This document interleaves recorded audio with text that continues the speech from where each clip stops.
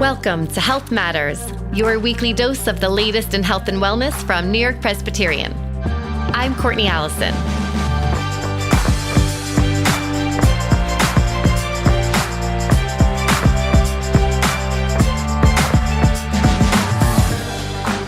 This week, we return to Lincoln Center for another event in the Art of Wellbeing series, a collaborative effort with New York-Presbyterian, the official hospital for Lincoln Center for the Performing Arts.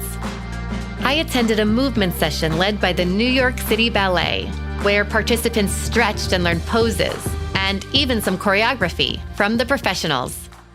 How often do you get New York City Ballet teaching you some ballet moves? Never. Did you learn anything new? Tons. Ballet terms, ballet moves, some of the logic behind the techniques. Yeah. I absolutely loved it, and I was just saying to my daughter too, it's not just about the physical movements, but the mental capacity. I'm training for the New York City Marathon in the fall, so on days that I'm not running, I'm always looking for new ways to stretch and move my body that are a little bit more low impact. So doing some of the stretch. I also spent a few minutes with the dancers who led the session.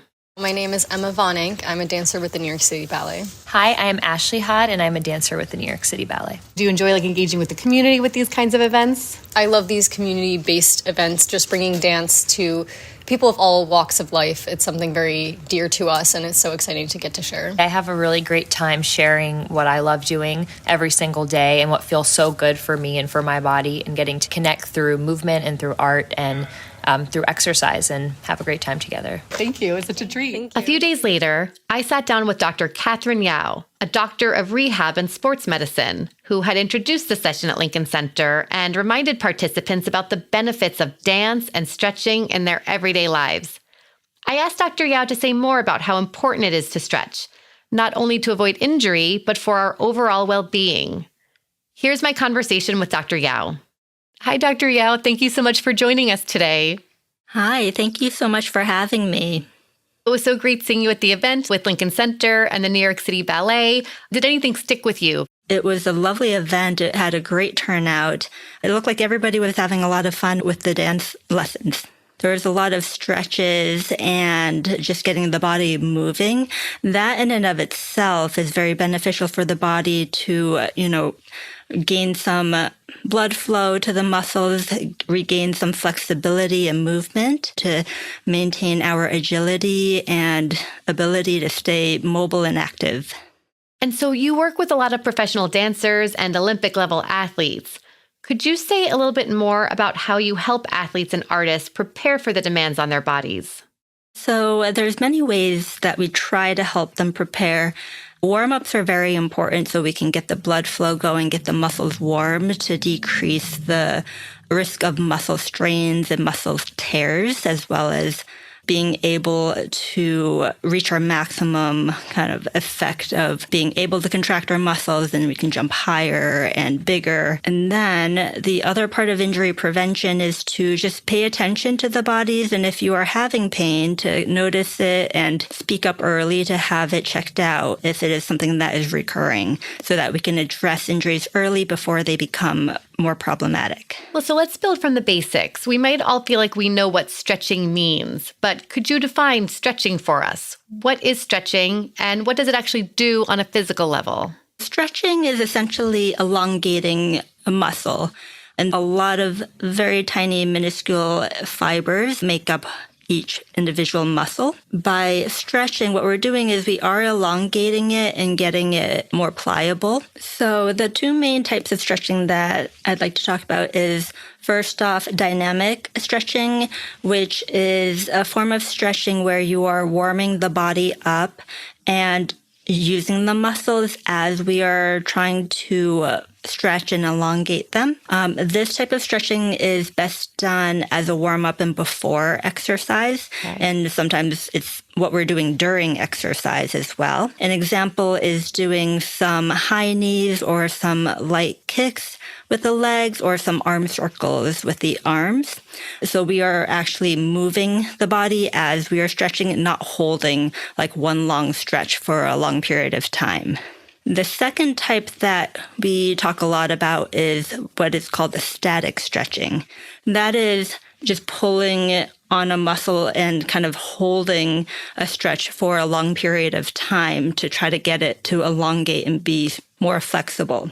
So that is when, say, you want to stretch your hamstrings, you bend forward and hold a lunge position for 30 seconds to elongate your hip flexors and your quadriceps. This type of stretching is usually best done after a workout or at the end because it does help elongate, but holding the positions for long periods of time sometimes can inhibit our ability to contract the muscle. So we don't like to do too much of that as a warm-up because we may not be able to activate the muscles as well. So in general terms, what are the benefits of stretching?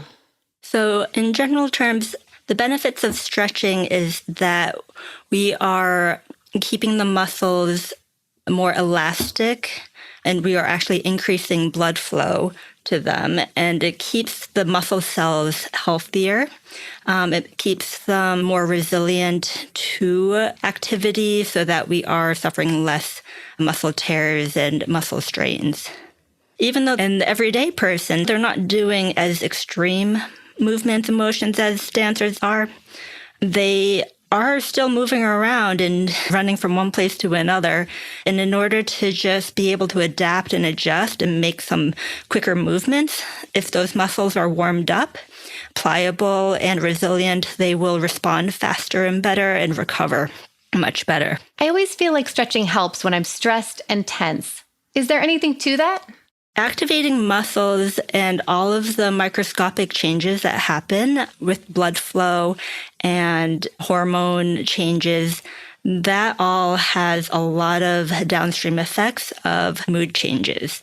Both moving the body, having more blood flow to the muscles can increase blood flow to our brains as well and change our mood, but also just being able to completely focus on something else does change our mindset and can help decrease stress. So should we be stretching every day? How much time should we dedicate to stretching? So there's no set rule of how much we should be stretching. I would say ideally it would be great if we could stretch every day.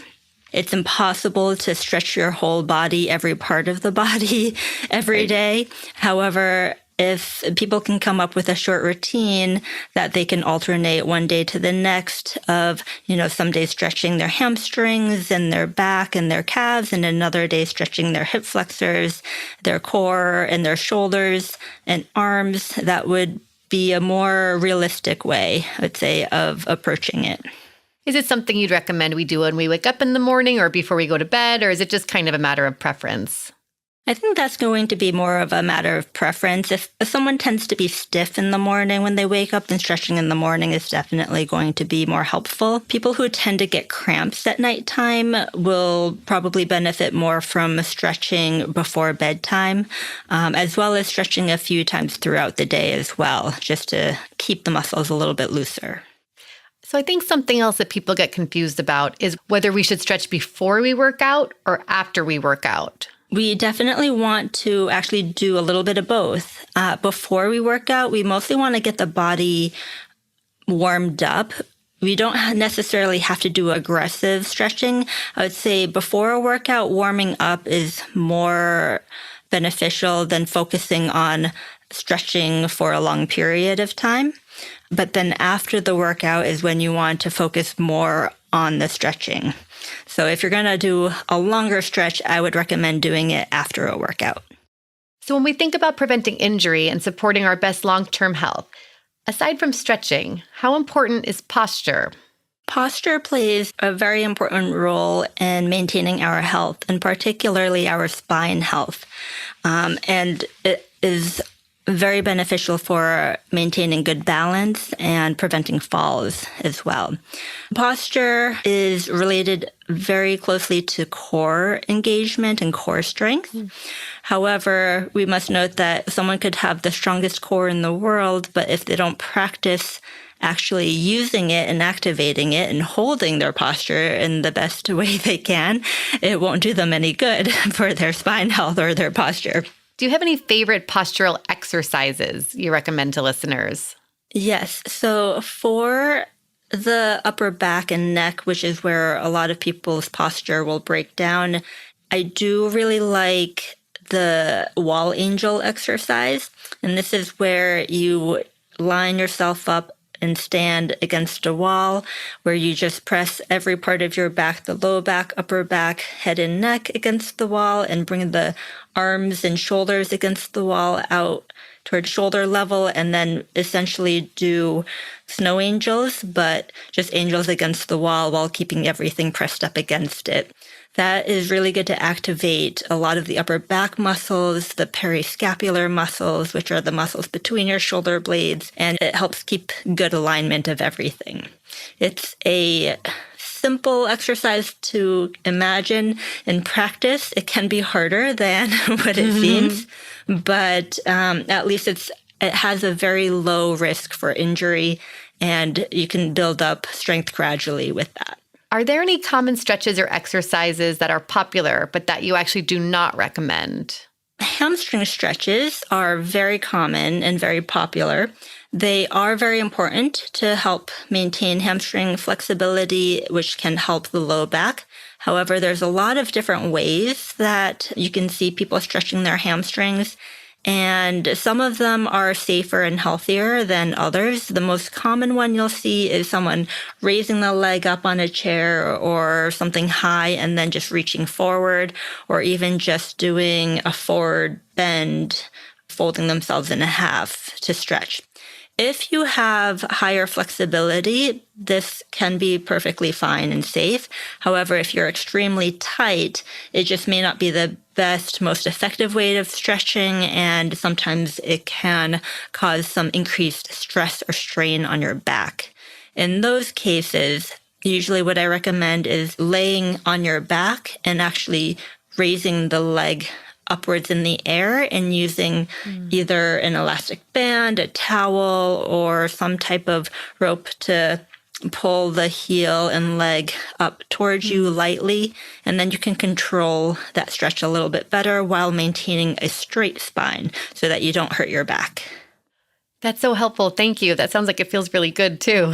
Any other parting advice or anything else you think it's important for people to know about stretching and posture?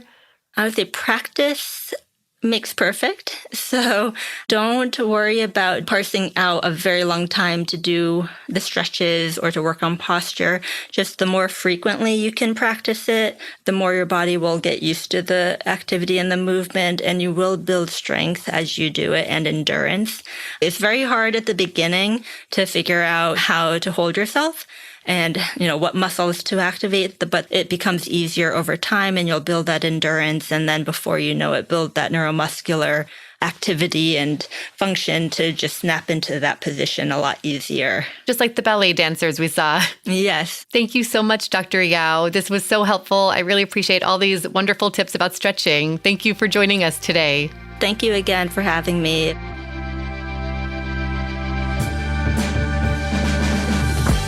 Our many thanks to Dr. Katherine Yao, Ashley Hod, Emma Bunning, and all the participants of the workshop. I'm Courtney Allison. Health Matters is a production of New York-Presbyterian. The views shared on this podcast solely reflect the expertise and experience of our guests. To learn more about Dr. Yao's work with patients, check out our show notes. New York-Presbyterian is here to help you stay amazing at every stage of your life. To get the latest episodes of Health Matters, be sure to follow and subscribe on Apple Podcasts, Spotify, or wherever you get podcasts.